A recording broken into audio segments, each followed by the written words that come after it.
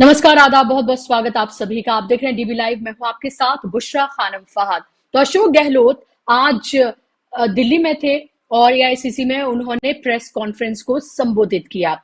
वहीं मैं आपको ये भी बता दूं कि राहुल गांधी और प्रियंका गांधी फिलहाल तेलंगाना में हैं। वहां पर रोड शो और रैली को संबोधित वो लगातार वहां से कर रहे हैं और उसके साथ साथ अमित शाह आज जगदलपुर छत्तीसगढ़ में थे। लेकिन बात यहां पर पहले मैं करूंगी अशोक गहलोत की। अशोक गहलोत आज जब दिल्ली में मौजूद थे, प्रेस कॉन्फ्रेंस जब उन्होंने की, तो जमकर ईडी, आईटी और सीबीआई के जो राजनीतिकरण किया जा रहा है, जो उसका दुरुपयोग किया जा रहा है, विपक्ष को जिस तरह से टारगेट किया जा रहा है, उसको लेकर वो हमलावर हुए। उन्होंने सवाल किया, कहा कि आचार संहिता लागू हो जाने के बावजूद भी जो विपक्षी दल हैं, जो उनके नेता हैं, उनको टारगेट किया जा रहा है ईडी, सीबीआई और आईटी के जरिए। उन्होंने ये कहा कि जब राहुल गांधी को 50 घंटे तक बिठाकर जब पूछताछ की गई थी, तब भी मैंने सीबीआई ईडीआई के जो निदेशक है उनसे वक्त मांगा था मिलने के लिए, लेकिन वक्त नहीं दिया गया। और इसको लेकर उन्होंने और बहुत सारी बातें कही हैं। टिकट बंटवारे को लेकर भी बात कही है,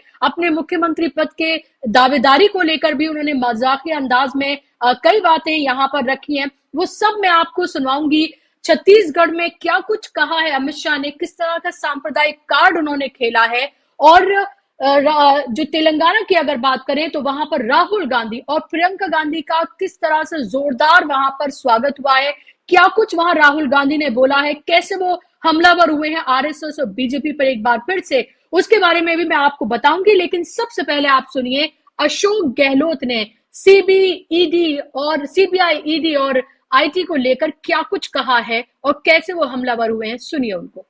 देश में क्या हो रहा है, देश किस दिशा में जा रहा है, कोई नहीं जानता है। किस दिशा में जाएगा किसी को नहीं मालूम। ये अप्रोच डेमोक्रेसी के अंदर किसी पार्टी गवर्नमेंट हो उचित नहीं कही जा सकती है। जिस प्रकार जुडिशरी पे दबाव, ईडी, इनकम टैक्स, सीबीआई का दुरुपयोग, इवन कोड ऑफ कंडक्ट लागू हो गया है, तब भी आप विपक्ष की पार्टियों पर रेड डलवा रहे हो बिना कोई रेखी के, बिना तैयारी के। इसका मतलब आप फायदा पहुंचा रहे हो उन लोगों को जो चाहते हैं, सत्ता में बैठे हुए हैं। मैंने टाइम मांगा था डायरेक्टर ईडी से, डायरेक्टर सीबीआई से और चेयरमैन सीबीडीटी से। जब राहुल गांधी जी को यहाँ पर 50 घंटे पूछताछ करी गई, पहले दिन ही टाइम मांगा मैंने। सिर्फ जब शुरुआत हुई थी तो मैं उचित नहीं है मैं जाके मिलूं उनसे। और पूरे देश को गर्व है सीबीआई पर, इनकम टैक्स डिपार्टमेंट पर और ईडी पर भी, जो अपना कानून का काम करी। प्रीमियर एजेंसियां देश की है। ये जुडिशरी का इम्पोर्टेंस है, जुडिशरी के मामलों में उसी प्रकार से फाइनेंशियल मामलों के अंदर, इरेगुलरिटीज के अंदर, क्राइम के अंदर तीनों एजेंसियों की इम्पोर्टेंस है। क्राइम के अंदर तीनों एजेंसियों की इम्पोर्टेंस है। इम्पोर्टेंस खत्म होगी, क्रेडिबिलिटी कम होगी, तो नुकसान किसको है? देश को है। क्यों बनी एजेंसी है? एजेंसी जिस मकसद से बनी है वो मकसद पूरा होगा तब देश का हित होगा। अगर क्रेडिबिलिटी कम हो जाएगी एजेंसियों की, जो आज सीबीआई की हो चुकी है। पहले हर सीबीआई का नाम लेता था। कोई घटना दुर्घटना होती थी राज्यों में तो कहते सीबीआई को इंक्वायरी करवा दे दीजिए। और था सीबीआई का था, अब शिफ्ट हो गया ईडी पर हो गया। ईडी का काम है फाइनेंशियल इरेगुलरिटीज के ऊपर कार्रवाई करना। सुप्रीम कोर्ट में सुनवाई हो रही है, वहाँ जल्दी फैसला होना चाहिए। जो अधिकार दे दिए गए सीबीआई को अरेस्ट करने के, अटैच करने के, कुर्की करने के, उसके ऊपर बहस चल रही है। जहाँ तक मेरे को नॉलेज है वो फैसला जल्दी होना चाहिए। उससे बहुत बड़ा नुकसान हो रहा है, लोग हैरेस हो रहे हैं देश के अंदर। जो पहले इंडस्ट्रियलिस्ट बड़े बड़े होते थे और जहाँ बैंकों के अंदर और सब जगह अगर तो आप अशोक गहलोत को सुन रहे थे। उन्होंने किस तरह से कहा कि सीबीआई, ईडी और आईटी का कैसे दुरुपयोग हो रहा है और मॉडल कोड ऑफ कंडक्ट है, यानी कि आचार संहिता लागू हो जाने के बावजूद भी छापेमारी की जा रही है विपक्षी दलों के ऊपर। और जुडिशरी को लेकर भी उन्होंने यहाँ पर सवाल उठाए, बहुत संगीन और बड़े सवाल हैं। जब वो ये कहते हैं कि पहले कुछ भी होता था तो सीबीआई की तरफ एक उम्मीद भरी निगाह से देखा जाता था कि जब कोई कुछ नहीं कर सकता तो जांच सीबीआई को दे दी जाए, और लगता था कि एक फेयर जांच की जाएगी और जो तथ्य सामने आएंगे उस पर सबको यकीन होगा। लेकिन सीबीआई जिस तरह से फिलहाल जांच कर रही है उसको लेकर उन्होंने सवाल खड़े किए हैं। और ये लगातार कांग्रेस की तरफ से सीबीआई, आईटी और ईडी को का इस्तेमाल जिस तरह से सिर्फ विपक्षी दलों के नेताओं को टारगेट करने के लिए किया जा रहा है, जैसे मानो कि सिर्फ भ्रष्टाचार सिर्फ और सिर्फ जहां विपक्षी दलों की सरकारें हैं, खासतौर पर जहां पर कांग्रेस की सरकारें हैं, सिर्फ वहीं पर ही हो रहा है। और तमाम भारतीय जनता पार्टी के जो स्टेट है जहां पर उनकी सरकार है या उनके नेता हैं या फिर जो उनकी सरकार में शामिल हैं, वो सब दूध के धुले हैं। अशोक गहलोत ने यहाँ पर अजीत पवार का भी जिक्र किया,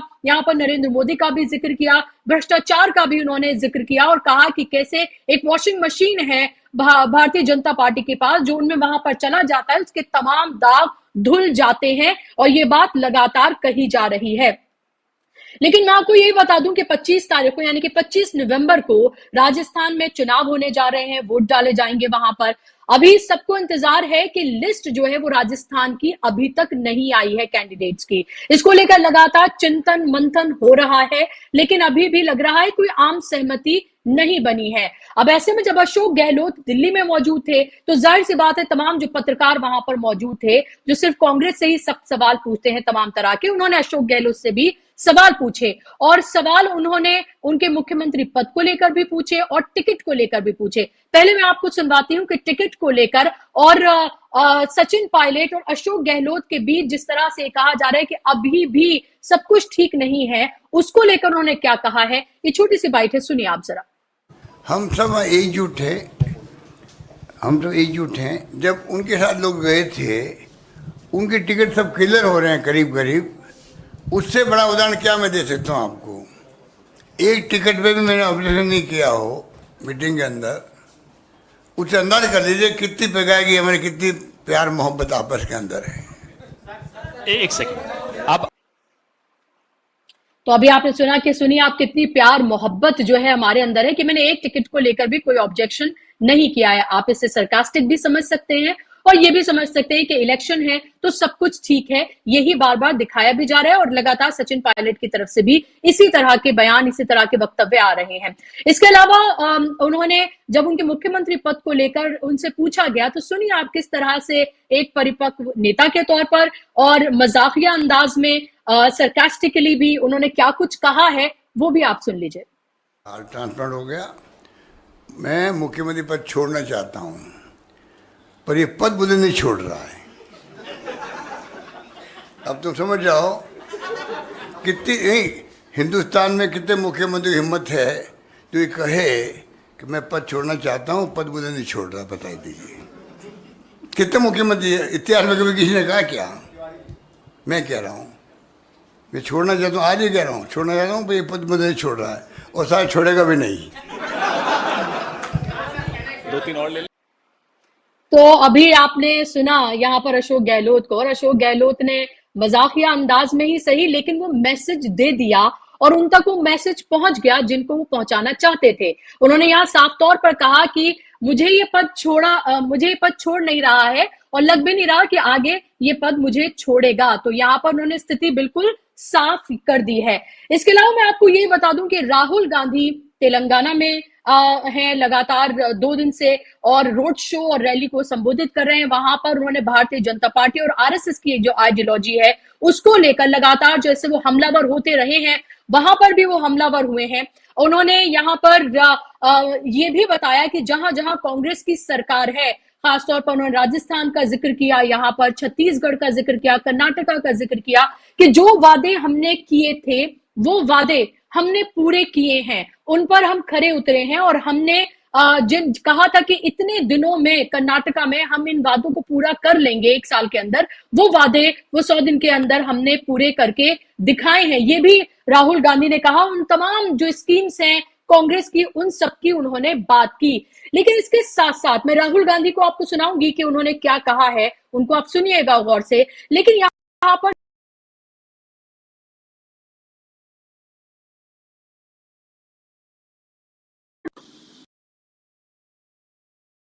लेकिन दर्शकों को यहाँ पर यह भी बताना बेहद जरूरी है कि देखिए किस तरह से भारतीय जनता पार्टी की तरफ से लगातार जो एक सांप्रदायिक कार्ड है वो खेला जा रहा है। आज जब अमित शाह जगदलपुर में मौजूद थे तो उन्होंने कहा कि 3 दिवाली मनाई जा रही हैं, मनाने जा रहे हैं छत्तीसगढ़ के लोग। एक वो दिवाली जब वो दिवाली होगी, दूसरी दिवाली जब 3 दिसंबर को रिजल्ट आएंगे, और तीसरी दिवाली उन्होंने कहा कि जब कपाट खुलेंगे।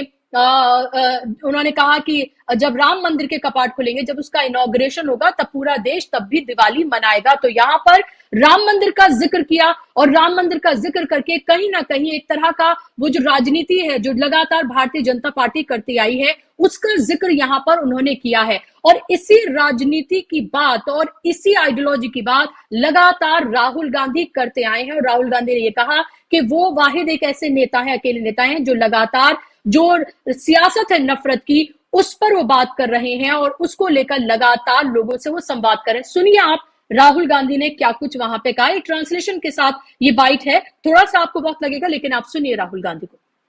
हम विचारधारा की लड़ाई लड़ते हैं। हमारी विचारधारा बीजेपी आरएसएस की विचारधारा के खिलाफ है।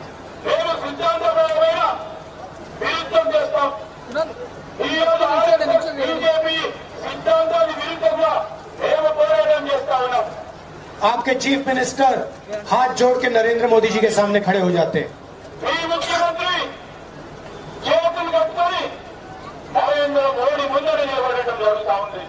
मैं नरेंद्र मोदी के सामने जाता ही नहीं हूं, कभी नहीं जाऊंगा।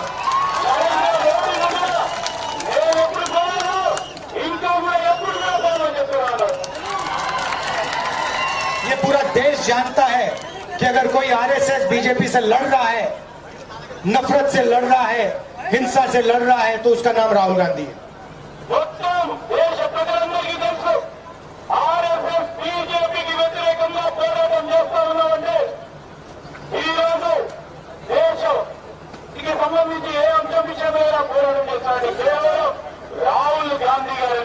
और ये भाइयों और बहनों, ये राजनीतिक बात नहीं है।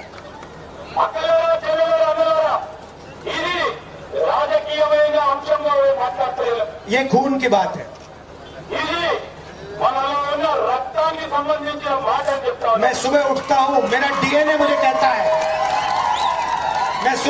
मेरा डीएनए मुझे कहता है कि मेरी विचारधारा की लड़ाई है, एक कदम पीछे नहीं जाऊंगा मैं।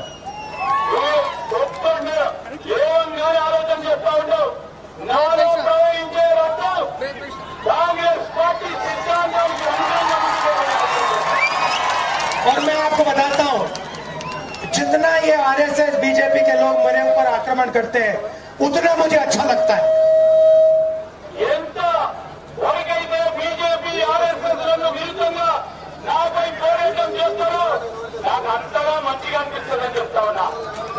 उतनी मुझे खुशी आती है कि मैं अपना काम कर रहा हूं, सच्चाई के लिए लड़ रहा हूं।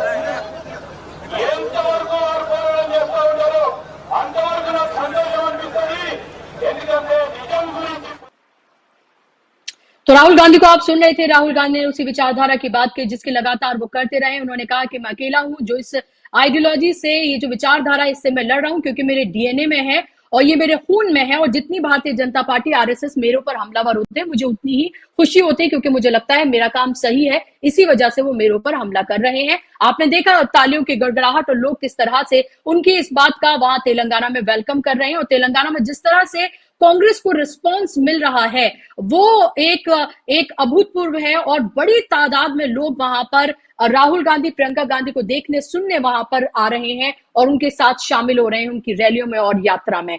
अब इस पर हम बात करेंगे तफसील से इन तमाम पहलुओं पर कि किस तरह से इन तमाम चीजों को देखा जाए, अशोक गहलोत को, अमित शाह के बयान को, राहुल गांधी के बयान को। और हमारे साथ बात करने के लिए 2 खास मेहमान जुड़ गए। इनका तारुफ मैं आपसे कराना चाहूंगी। मेरे साथ senior journalist, political analyst Bilal Sabzwari ji मेरे साथ जुड़ गए हैं और उनसे हम बात करेंगे। और इसके साथ साथ अनिल शर्मा जी भी मेरे साथ, सीनियर जर्नलिस्ट, वो भी जुड़ गए हैं। दोनों मेहमानों का बहुत बहुत स्वागत, इस्तकबाल। शुरुआत क्योंकि राजस्थान से मैं कर रही हूँ, इसलिए अनिल जी मैं आपसे शुरुआत करना चाहूंगी। अशोक गहलोत के बयान को आप किस तरह से देख रहे हैं? एक तरफ वो ईडी, सीबीआई और आईटी की बात कर रहे हैं, उनकी जो छापेमारी चल रही है आचार संहिता लागू होने के बावजूद, उसकी वो बात कर रहे हैं, कह रहे हैं कि किस तरह से साख पर बट्टा लगा है इन एजेंसीज की। जुडिशरी की बात करेंगे, जुडिशरी पर किस तरह का प्रेशर है, लेकिन उसके साथ साथ जो उनकी जो सियासत है स्टेट की, राज्य की सियासत, और जो पार्टी में जो कुछ हो रहा है उसको दिखाने की कोशिश करें कि all is good in the party. आपने बिल्कुल सही कहा बुशरा जी कि वो पहली चीज ये मैं आपको बताऊं, आज की जो प्रेस कॉन्फ्रेंस थी, Ashok Gehlot had the wheat, he was very witty, he was very sarcastic at times, and he conveyed, he wanted to convey in a very joking manner, but he communicated everything. अब आपने जो सबसे चीज पहले पूछी वो ये कि ये ईडी और उसकी जो बात कर रहे हैं, आपको याद होगा कुछ महीने पहले अशोक गहलोत ने उन्होंने कोर्ट भी करा है। मैंने सीबीडीटी चेयरमैन से टाइम मांगा था मिलने का, मुझे टाइम दे दिया गया, पर थोड़ी देर बाद मेरे पास फोन आया जिसमें कहा गया कि हम आपके पास आ जाएंगे जब टाइम होगा, आपको आने की जरूरत नहीं। मतलब एक्चुअल वर्ड्स नहीं है, वर्बेटिम नहीं है, बट उसका सेंस ये था। दूसरी बात वो ये बोले कि आचार संहिता लगने के बाद में ईटी और आईटी का जो रोल है वो ज्यादातर ऑपोजिशन पे क्यों होता है, उनके यहाँ वो क्यों डाले जाते हैं छापे। और इसका मतलब उनका कहना ये था, इसका मतलब ये है, उनका एलिगेशन बोलूंगा, उनका एलिगेशन ये है कि वो एक पार्टी को फायदा पहुंचाने के लिए ये चीजें, ये दोनों एजेंसीज जो हैं बेसिकली आईटी एंड ईडी ये कर रही हैं, और ये ठीक नहीं है। इससे उनका जो एक तरह से उनका था कि दुरुपयोग कर रहे हैं, जो सेंट्रल गवर्नमेंट है उनका दुरुपयोग कर रही है विपक्षी नेताओं पे ज्यादातर। और फिर उन्होंने फिगर्स की बात करी, कितनी यूपीए में रेड्स हुई और कितनी सजा मिली और कितनी एनडीए में रेड्स हुई और प्रोसिक्यूशन कितने का हुआ, तो वो उन्होंने अंतर बताने की कोशिश भी करी।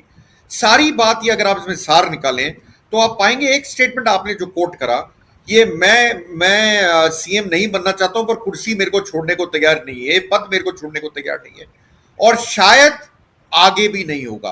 क्या वो क्लैरिटी देना चाह रहे थे इन अ वेरी जोकिंग मैनर कि अगला सीएम अगर कांग्रेस जीतती है तो मैं ही हूं? और मैं मानता हूं बुशरा जी होना भी चाहिए। उसका कारण भी मैं देना चाहूंगा कि आप किसके स्कीम्स पे चुनाव लड़ रहे हो। वो स्कीम्स अशोक गहलोत की हैं। वो कौन सी स्कीम से आप जानते हो? राजस्थान में 10 स्कीम्स हैं जिसपे वो चुनाव लड़ रहे हैं। चेहरा अभी तक किसका था? जितने भी पोस्टर लगे थे, पोस्टर बॉय कौन था बिफोर आचार संहिता? वो अशोक गहलोत थे। तो इसमें तो मेरे को लगता है लोगों को थोड़ी गलतफहमी होनी नहीं चाहिए। जबकि ये कहा जाता है कि जो भी अशोक गहलोत ने साथ में एक स्टेटमेंट भी बोला, कांग्रेस में अगर कोई सीएम के लिए बात करता है तो वो सीएम कभी नहीं बन पाता है।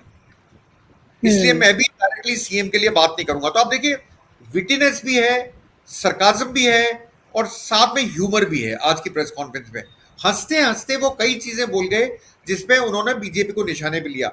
सबसे बड़ा जो था उनका आईटी और इनकम टैक्स को, ईडी को लेके था कि ईडी पहले कभी नहीं आती थी, पहले मामले की तहकीकात होती थी, अगर उसमें कोई मामला निकलता था तो ईडी पिक्चर में आती थी। अब तो ईडी सीधे घुस जाती है। और क्यों विपक्षी नेताओं पे ही ये होता है और क्यों आचार संहिता लगने के बाद होता है? इसका मतलब ये कि इनडायरेक्टली आप एक पार्टी को फायदा पहुंचाने की कोशिश कर रहे हो, ये उनका एलिगेशन है। बुशरा जी। अनिल जी, आप ही से मेरा दूसरा सवाल भी है।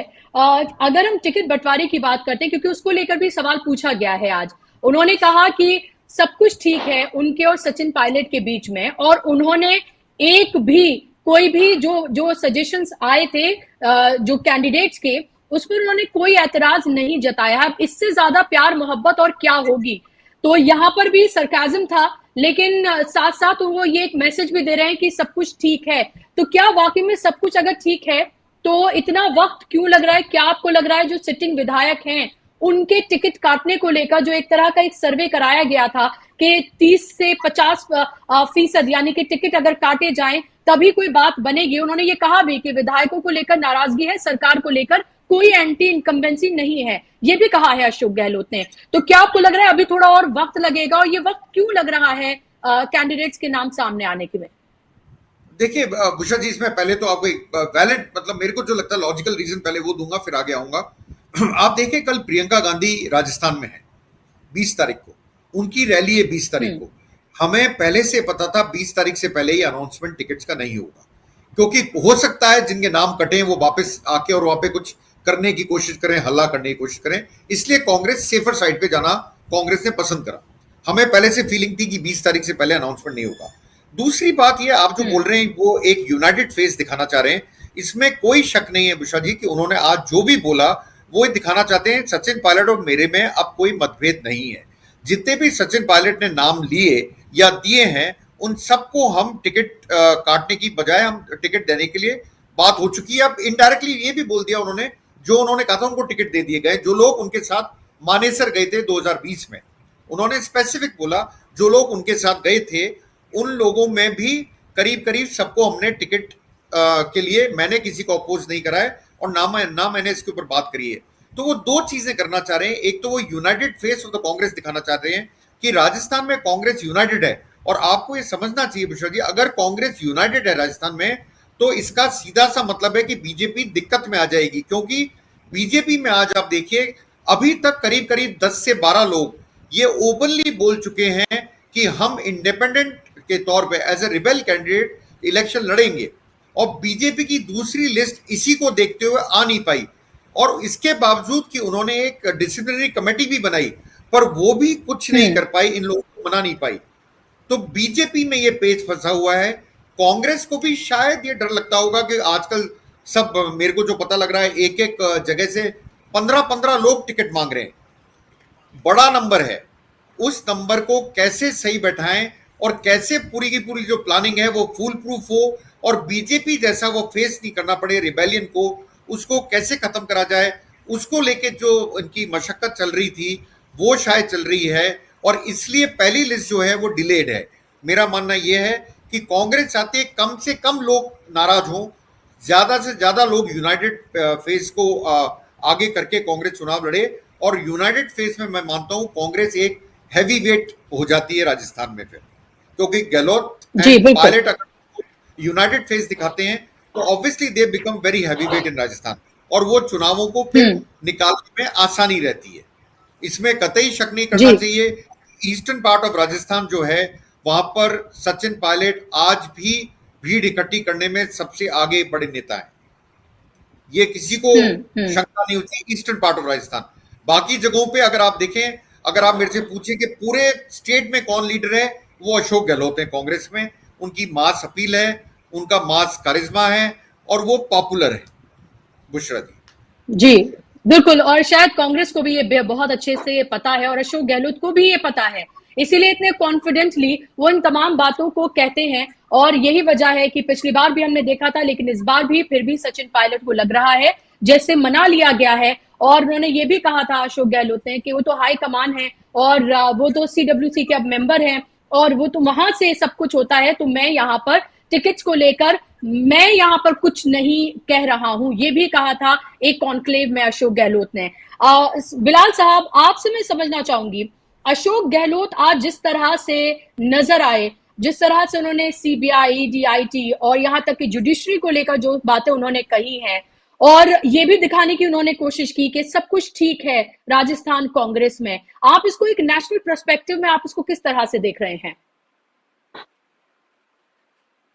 देखिए बुशरा साहब, जब अशोक गहलोत साहब ED CBI के इशू को नेशनल प्लेटफॉर्म, खासतौर से 24 अकबर रोड पर आकर AICC को एड्रेस करते हैं, तो इसकी एक डायमेंशन वाइड हो जाती है, एक नेशनल लेवल पर ये इशू स्प्रेड हो जाता है।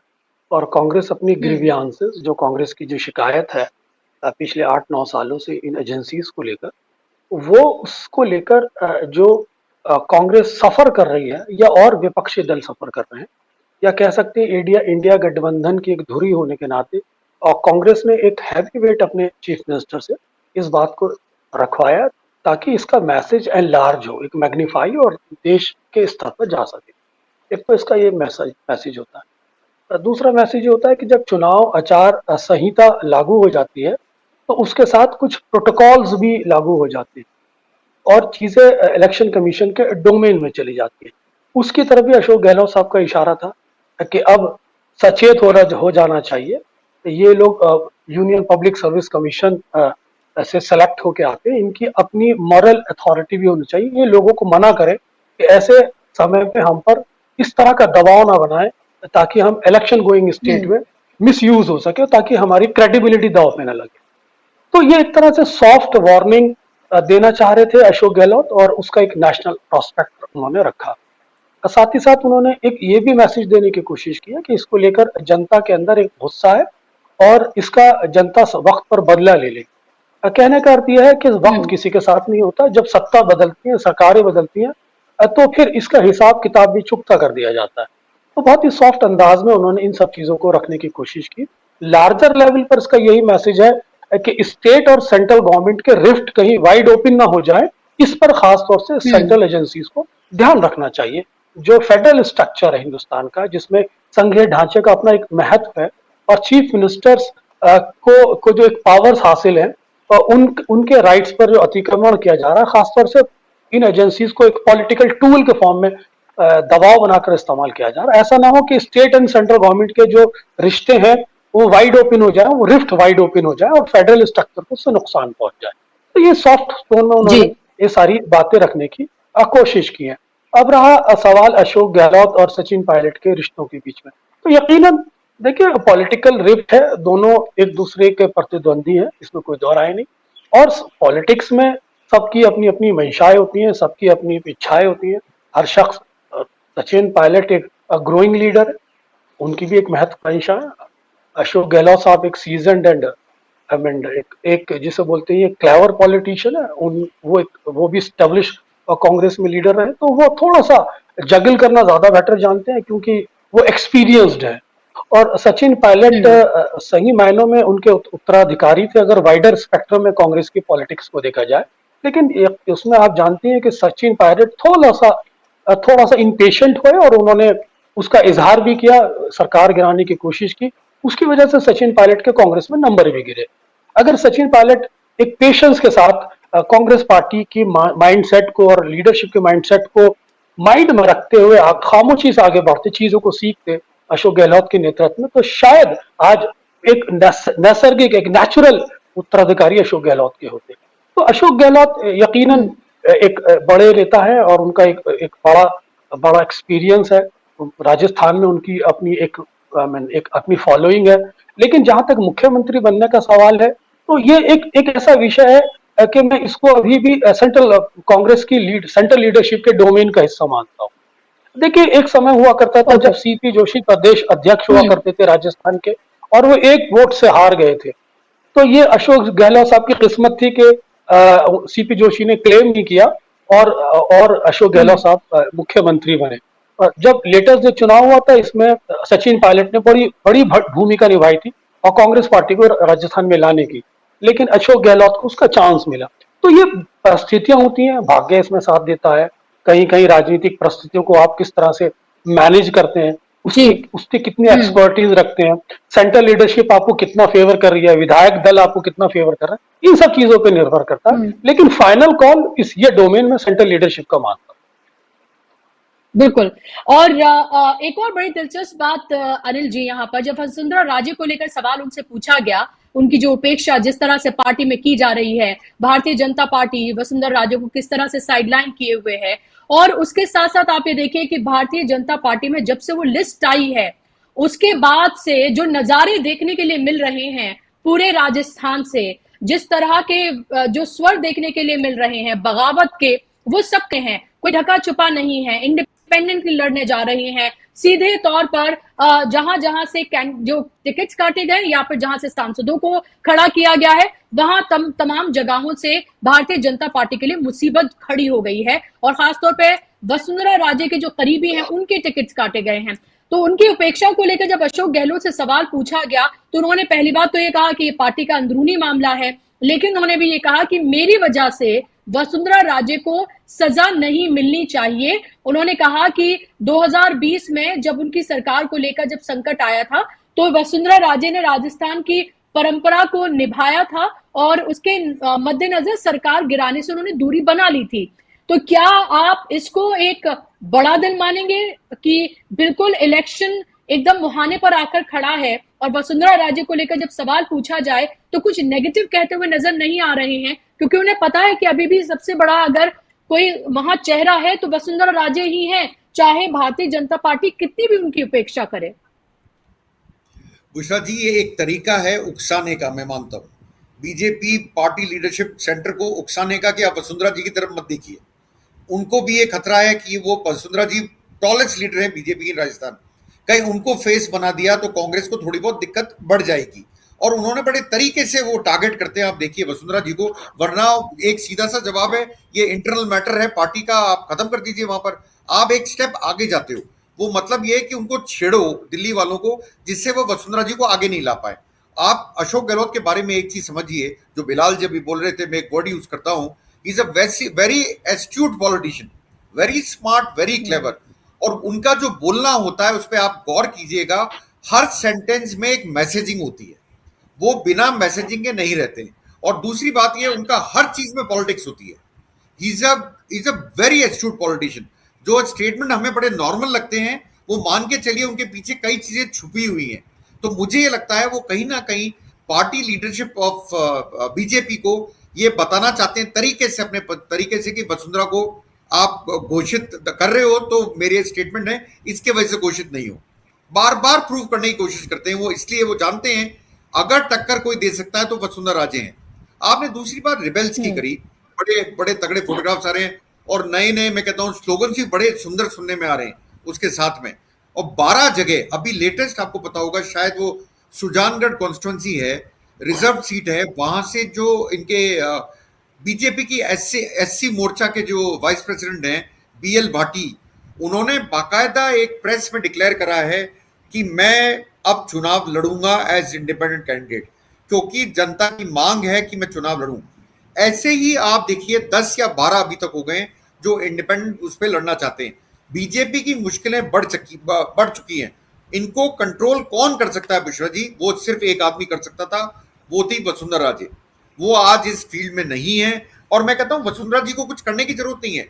अगर वसुंधरा जी अगर कैनवेसिंग और कैंपेन करने 200 में से 100 कॉन्स्टिट्यूंसी भी नहीं गई तो बीजेपी को दिक्कत आएगी, ये मान के चलिएगा, दिक्कत बढ़ जाएगी बीजेपी के लिए बहुत।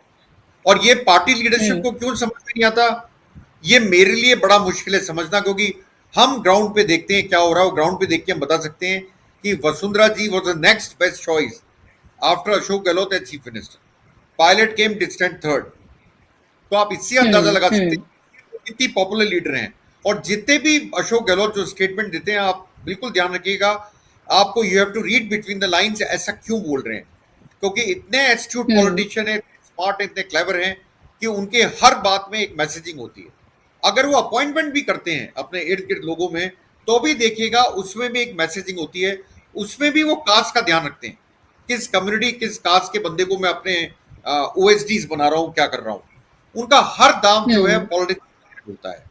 तो आप जो पढ़ रहे हैं, जो बोल रहे हैं, उसको मत देखिए, ये देखिए वसुंधरा जी का नाम लेने की जरूरत ही क्या थी अपने पूरी स्पीच में। वो तो बीजेपी है, डिफरेंट पार्टी है। सिर्फ उकसाने की बात है या छेड़ने की बात है कि कहीं वसुंधरा जी को आगे ना लिया है। क्योंकि एक आदमी आप जानते हो, कैलाश मेघवाल, जिसका एक और का नाम लिया उन्होंने प्रेस कॉन्फ्रेंस में, कैलाश मेघवाल का। ये बात सही है, भैरव सिंह जी अपना ऑपरेशन कराने गए थे अमेरिका, उन्होंने अपनी उनकी प्रेस कॉन्फ्रेंस आप सुनिएगा, उस टाइम सरकार गिराने की भैरव सिंह जी की बात उठी थी। उस टाइम अशोक गहलोत ऐसे लीडर थे जो ये क्लेम करते हैं, अशोक गहलोत खुद, कि मैंने मना कर दिया था कि मैं नई सरकार नहीं गिराऊंगा। उसी का उन्होंने मेरे को अब चुकता करा जब सचिन पायलट मानेसर गए थे, और उसी का वो था जो कैलाश मेघवाल ने बोला था और ये कहा था हमारे यहाँ ये परंपरा नहीं रही है कोई सरकार गिराने की। तो मैं इसलिए बोलता हूँ उनकी मैसेजिंग राजनीति है, आप ध्यान दीजिए, उनकी मैसेजिंग की राजनीति है। जी, आपसे मेरा सवाल अनिल जी ये भी है, जब पिछली बार आपसे बात हो रही थी तब आपने कहा था कम से कम एक हफ्ते तक, अभी मैं ये कह रहा हूं कि एज है कांग्रेस को राजस्थान में। अब आप ये बताइए, लिस्ट तो अभी तक भी नहीं आई है, लेकिन फिलहाल ग्राउंड से आपको क्या लग रहा है? आप क्या कहेंगे आप, या अभी भी आप रुकेंगे लिस्ट आने तक, या फिर अभी आपका कुछ चेंज हुआ है? नहीं, मैं आपको बताता हूं, मैं इसका जवाब थोड़ा वैसा देता हूं। इंडिया में इलेक्शंस दो चीजों पे होते हैं, आप ध्यान दीजिएगा। One is perception and other is emotive issues. मैं मानता हूं आज के emotive issues later stage of the election में आते हैं, मतलब इलेक्शन डेट के नियर बाय।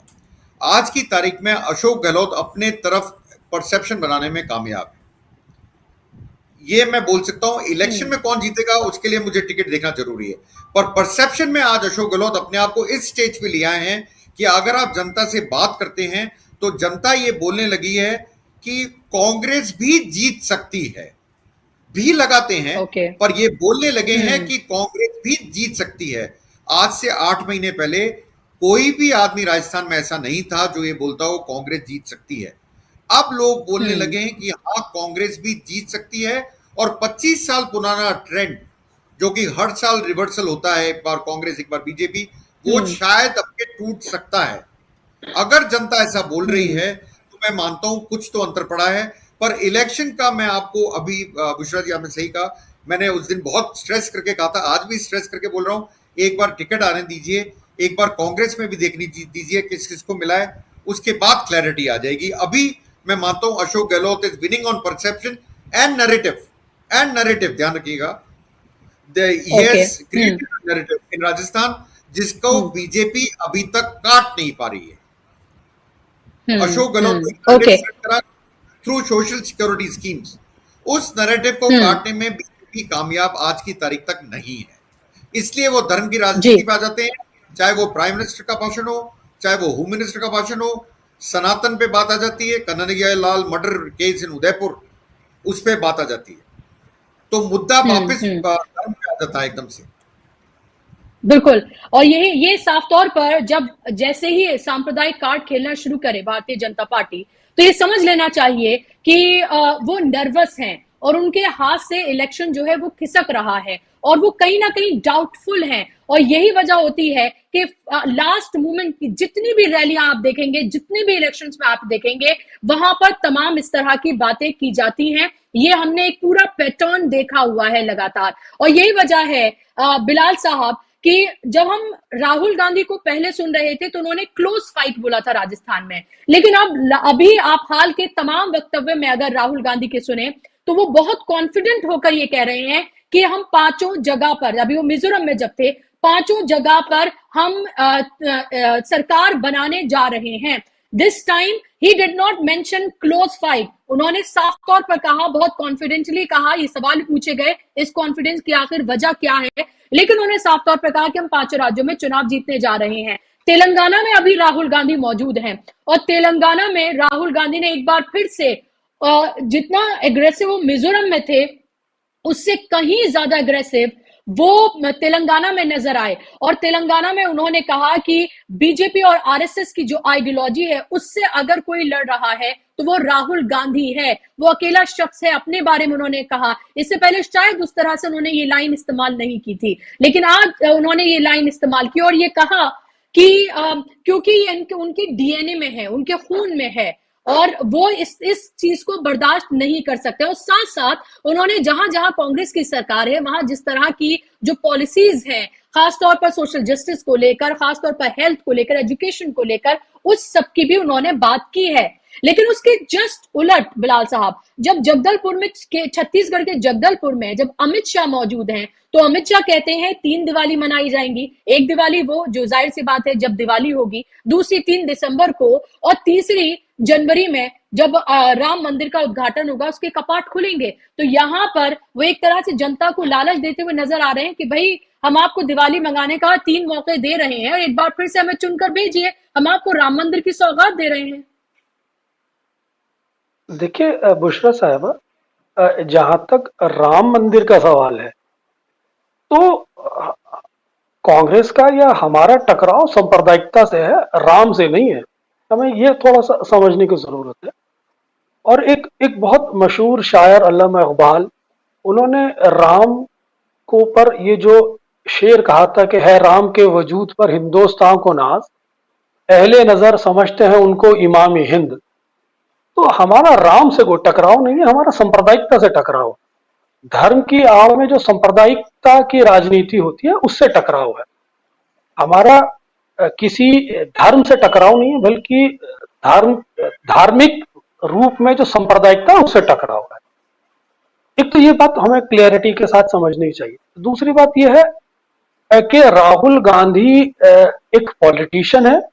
मैं स्टेट के इलेक्शंस को राहुल गांधी के स्टेटमेंट से तो ड्राइव नहीं करता, लेकिन क्योंकि स्टेट में कौन जीत रहा है या कौन नहीं जीत रहा, ये लार्जर लेवल पर तो वास्तव में सब्जेक्ट है सर्वे का, कि आप सर्वे किस सैंपल पे कराते हैं, कितना एनलार्ज होता है और उस सर्वे की क्वालिटी क्या होती है। हम बीइंग ए जर्नलिस्ट उन पॉसिबिलिटीज को डिस्कस करते हैं, उन कंडीशंस को डिस्कस करते हैं, उन इश्यूज को डिस्कस करते हैं जो पॉलिटिक्स में रेलिवेंट होते हैं या जो पॉलिटिक्स के नैरेटिव को चेंज कर सकते हैं, जिसका पॉलिटिकल इंप्रेशन या जिसका पॉलिटिकल एक्सप्रेशन कितना स्ट्रांग या कितना पॉजिटिव होता है, जो पॉलिटिक्स के अंदर एक विनेबिलिटी के फैक्टर से जुड़ जाते हैं।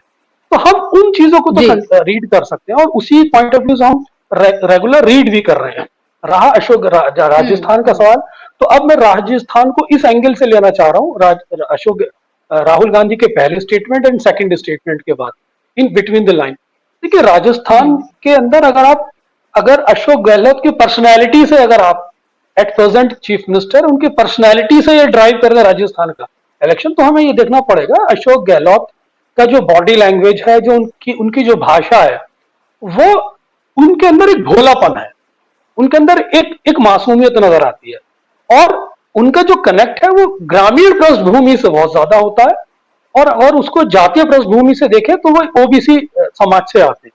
तो अशोक गहलोत यकीनन जिन्होंने जो अपनी सोशल स्कीम्स लाई हैं, वो समाज के अंदर एंटी इनकम्पेंसी को, जो उनके विधायकों के खिलाफ थी, उसको एक कैप कर रही है। साथ ही साथ अशोक गहलोत साहब का जो एक इंप्रेशन ग्रामीण पृष्ठभूमि में है, वो अर्बन पृष्ठभूमि में नहीं है। अर्बन पृष्ठभूमि की जो डेमोग्राफी है वो डिफरेंट होती है, ग्रामीण पृष्ठभूमि की डेमोग्राफी ज्यादा डिफरेंट होती है। अर्बन के अंदर यकीनन भारतीय जनता पार्टी को डेमोग्राफिक पॉइंट ऑफ व्यू से, और जो वहां पर एक पॉपुलेशन का जो एक स्ट्रेंथन होती है, या कहिए उसको यूनिट होता है, उस इशू पॉइंट ऑफ व्यू से तो भारतीय जनता पार्टी को एडवांटेज है। लेकिन ग्रामीण पृष्ठभूमि में जो अशोक गहलोत की एक पर्सनैलिटी है, या कहिए उनका जो भोलापन है, जो उनकी भाषा का जो अंदाज है, वो कनेक्ट करता है ग्रामीण पृष्ठभूमि को, तो वहां पर अशोक गहलोत ज्यादा स्ट्रांग है। और अर्बन में मेरा लगता है कि डिवाइड है कांग्रेस एंड भारतीय जनता पार्टी के अंदर। तो ये इस एंगल को मैं बहुत इंपॉर्टेंट समझता हूँ। साथ ही साथ ओबीसी फैक्टर जो है वो एक नया नैरेटिव है। अगर आप धर्म की राजनीति करते हैं, सांप्रदायिकता की राजनीति करते हैं, तो यकीनन कांग्रेस के पास एक ओबीसी फैक्टर है, वो इमीडिएटली काउंटर करती है। भारतीय जनता पार्टी सनातन की राजनीति पर, धर्म की राजनीति पर बैकफुट पे जाती हुई नजर आती है। तो आपके पास वो काउंटर कार्ड भी है। तो मेरे को लगता है कि अब सारा खेल जो इलेक्शन का होता है, विशा साहब और अनिल जी भी यहाँ बैठे हुए हैं, वो टिकट डिस्ट्रीब्यूशन पर होता है कि आप किस डायनेमिक से, किन पर्सनैलिटी के साथ, कितने विनिंग कॉम्बिनेशन के साथ, डिस्ट्रिक्ट का क्या समीकरण है उसको ज़हन में रखते हुए, वहां की क्या कंडीशंस है, वहां का जो प्रोफाइल है लीडरशिप का, वो कितना एक्सेप्टेबल है, इस पर डिपेंड करता है। और जो लार्जर लेवल पे अशोक गहलोत उसको किस तरह से स्केच कर पाते हैं, उसको माइक्रो मैनेजमेंट उनका कितना स्ट्रांग है, ये सब चीजों पर निर्भर करता है। स्टेट इशू पर तो मेरा ख्याल है अनिल साहब मेरे से ज्यादा रेलिवेंट है। मैं तो एक नेशनल प्रोस्पेक्ट में जो एक पॉसिबिलिटीज है उसको मैंने आपके सामने। जी बिल्कुल। लेकिन अनिल जी, क्या आपको लग रहा है कि जातिगत जनगणना जो है, इसका असर जिस तरह से लगातार अग्रेसिव होकर राहुल गांधी हर मंच से बात करें, तेलंगाना में थे, वहां पर भी उन्होंने बात की, मिजोरम में, जहां कहीं भी वो जा रहे हैं वो इसकी बात जरूर कर रहे हैं। अशोक गहलोत एक ओबीसी चेहरा, उन्होंने, राहुल गांधी ने अपने चारों चीफ मिनिस्टर्स के साथ अब से कुछ दिन पहले प्रेस कॉन्फ्रेंस की थी और कहा था कि 4 में से 3 जो है वो हमारे ओबीसी चेहरे हैं, और फिर कंपेयर किया था भारतीय जनता पार्टी के जो 10 चीफ मिनिस्टर हैं उनसे। तो क्या आपको लगता है कि ये सारी चीजें भी राजस्थान की जो स्टेट पॉलिटिक्स है, जो राज्य की लोकल पॉलिटिक्स है, उसमें भी बहुत अहमियत रखने जा रहे हैं, और इन तमाम चीजों पर भी भारतीय जनता पार्टी बैकफुट पर है? क्योंकि जितनी भी रैलियां हमने सुनी, देखी, वो ऐसा लग रहा है कि उनके पास कोई बात करने के लिए है नहीं। जब प्रधानमंत्री लास्ट टाइम राजस्थान गए थे तब उन्होंने बात की थी उज्ज्वला योजना की, तो उन्होंने 600 रुपए के सिलेंडर की बात की थी। 500 रुपए का सिलेंडर पहले से ही राजस्थान में मिल रहा है। उन्होंने कहा कि लोगों को डर लग रहा है कि अशोक गहलोत की जो तमाम पॉलिसीज हैं, मैं आऊंगा तो उसको बंद कर दूंगा, लेकिन आप यकीन रखिए कि ऐसा नहीं होगा। इसका मतलब वो तारीफ खुद से ही कर रहे हैं अशोक गहलोत की पॉलिसीज की, वो अपनी पोल खुद ही खोल रहे हैं, वो सांप्रदायिक कार्ड भी खेल रहे हैं, जातिगत जनगणना को लेकर एक लफ्ज नहीं बोलते, बल्कि हिंदुओं को कंसोलिडेट करने की बात करते हैं और जाति के नाम पर बांटने की बात करते हैं। क्या आपको लग रहा है ये तमाम चीजें, जितने ये नेशनल मुद्दे हैं, क्या उतने ही ये स्टेट लेवल पर भी इनका असर नजर आ रहा है आपको? उषा जी, मुझे बिल्कुल नजर आ रहा है। और मैं इस आपकी बात में, उससे पहले बिलाल जी ने एक चीज बहुत अच्छी बोली, क्योंकि मैं खुद ट्रैवल करके आया था। शायद बिलाल जी उस वाले शो में मेरे साथ थे, पर वो किसी और चैनल पे था। और मैंने जो पाया वो ये था, there is a strong urban and rural divide Rajasthan में। अर्बन एरियाज में अगर आप 10 में से 6 आदमी शायद या 5 आदमी बीजेपी का नाम लेते हैं, और जैसे ही आप रूरल एरिया में जाते हैं वो बिल्कुल चेंज हो जाता है। मैं राजस्थान में अभी ये पा रहा हूं, there is a strong urban rural divide. Now आपका सेकंड क्वेश्चन था कि कास्ट सेंसस। अशोक गहलोत ने, आपको पता होगा, ये आचार संहिता लगने से शायद 24 घंटे पहले कास्ट सेंसस नहीं, वो कास्ट सर्वे के लिए उन्होंने चालू करने के लिए काम को मतलब वो लेटर इश्यू कर दिया था कि हम कास्ट सेंसस कराएंगे या कास्ट सर्वे कराएंगे। और मेरा मानना है इसका अंतर पड़ता है, बिल्कुल पड़ता है बुशा जी, और सुनने में भी आ रहा है कि इसका अंतर पड़ भी रहा है। ये सारी चीजें मिला के ही मैं आपको बोलना चाहता हूं, अगर आप देखें तो सारी चीजें अगर आप मिला लें तो मुझे लगता है कांग्रेस परसेप्शन बैटल के अंदर बहुत आगे बीजेपी से आज की तारीख में। इसीलिए मैं आपको बोला। हाँ, पर मैं ये जोड़ना चाहूंगा कि अभी जल्दी है, क्योंकि जैसा बिलाल जी ने कहा, जब तक कैंडिडेट डिक्लेयर नहीं हो तब तक बड़ा मुश्किल होता है बोलना। आप एक जनरल स्टेटमेंट दे सकते हो कि हाँ परसेप्शन के अंदर चेंज हुआ, पर दिस कास्ट सर्वे राजस्थान में टॉकिंग पॉइंट को यहाँ सर्वे रखा उन्होंने नाम, मैं आपको बता दूं मैम बुशरा जी, क्योंकि census can only be done by centre, ये अशोक गहलोत ने अपने कमेंट में कहा है। तो मैं सर्वे बोलूंगा क्योंकि अशोक गहलोत ने सर्वे कहा है, तो they are going for caste survey. तो मैं मानता हूं इसका असर राजस्थान में भी पड़ रहा है, ऐसा नहीं पड़ रहा है। It has become a talking point, कई जगहों पे कास्ट सर्वे को लेके टॉकिंग पॉइंट है। और यही वो चीजें हैं जिनको मिला के आप बोलें तो आप पाएंगे राजस्थान में कांग्रेस ने अपने आप में इंप्रूवमेंट कैसे करा। वो पार्टी जिसको हम 9 महीने पहले या 10 महीने पहले बोलते थे ये तो फॉर्च्यूनर के लायक एमएलए जीतेंगे, आज ऐसा क्या हो गया कि हम बोल रहे हैं बीजेपी और कांग्रेस नेक टू नेक है। ऐसा क्या हो गया? इन 9 महीने में क्या हुआ या 8 महीने में क्या हुआ? ये यही चीजें हैं जो अशोक गहलोत ने प्ले करी और उसका रिजल्ट उनको अब मिलना शुरू हुआ है। मैं इसीलिए बोलता हूं अशोक गहलोत एक एस्ट्यूट पॉलिटिशियन है, उनको पता है मुझे कब क्या बोलना है। अब लोग इसमें कमेंट उठाते हैं, बुशरा जी आप पूछे उससे पहले एक चीज का जवाब देना चाहूंगा कि फिर अशोक गहलोत के टाइम में 21 सीट क्यों आई। लोग ये भूल जाते हैं या 56 सीट क्यों आई, 2 चुनावों में क्यों हारे।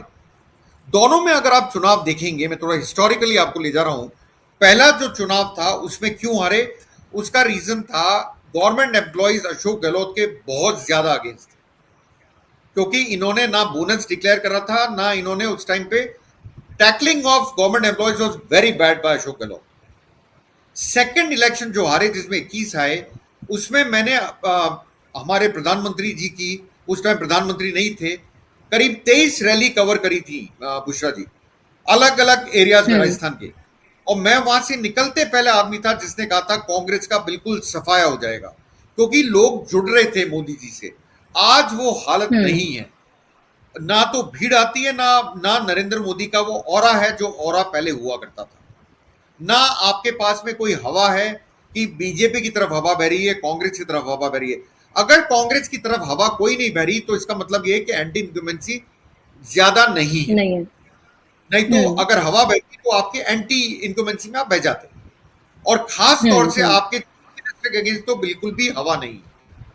लोग उनके काम की तारीफ करते हैं, लोग उनकी तारीफ करते हैं। जैसे बिलाल जी ने अभी कहा, वो जिस ढंग के ड्रेसअप होते हैं, जिस ढंग से वो बात करते हैं, वो गांव वालों से जल्दी कनेक्ट करते हैं। ये बात बिल्कुल सही है बिलाल जी की कि वो अपने को रूरल एरियाज में जल्दी कनेक्ट कर पाते हैं बशर्ते अर्बन एरियाज में। इसीलिए मैं बोल रहा हूं, अगर पायलट और गहलोत अगर ये सही बात है, अगर दोनों मिल गए हैं तो ये फॉर्मिडेबल फोर्स बनता है। आपको बताऊं, it becomes a formidable force, क्योंकि पायलट को यंग जनरेशन जो है उनके ड्रेसिंग सेंस को भी कॉपी करती है, और जो अशोक गहलोत हैं वो रूरल एरियाज में हिट हैं। इससे बेटर कॉम्बिनेशन कांग्रेस को नहीं मिल सकता। ये बात मैं बताऊं, पर बिलाल जी ने जो बात बोली इसका मैं खुद गवाह हूं। मैं गया हूं रूरल एरियाज में। There is a urban rural divide in Rajasthan, और उसके अंदर अब लोग की बात करने लगे हैं। जी, तो जाहिर सी बात है, और ये माना भी जाता रहा है राजस्थान के अलावा अगर और जगहों पर भी देखें कि कहीं ना कहीं जो अर्बन वोटर है वो बीजेपी की तरफ टिल्टेड रहता है, और जो रूरल वोटर है वो कहीं ना कहीं कांग्रेस की तरफ रहता है। और राज्यों में भी इस तरह के पूरे प्रोस्पेक्ट हमने देखे हुए हैं।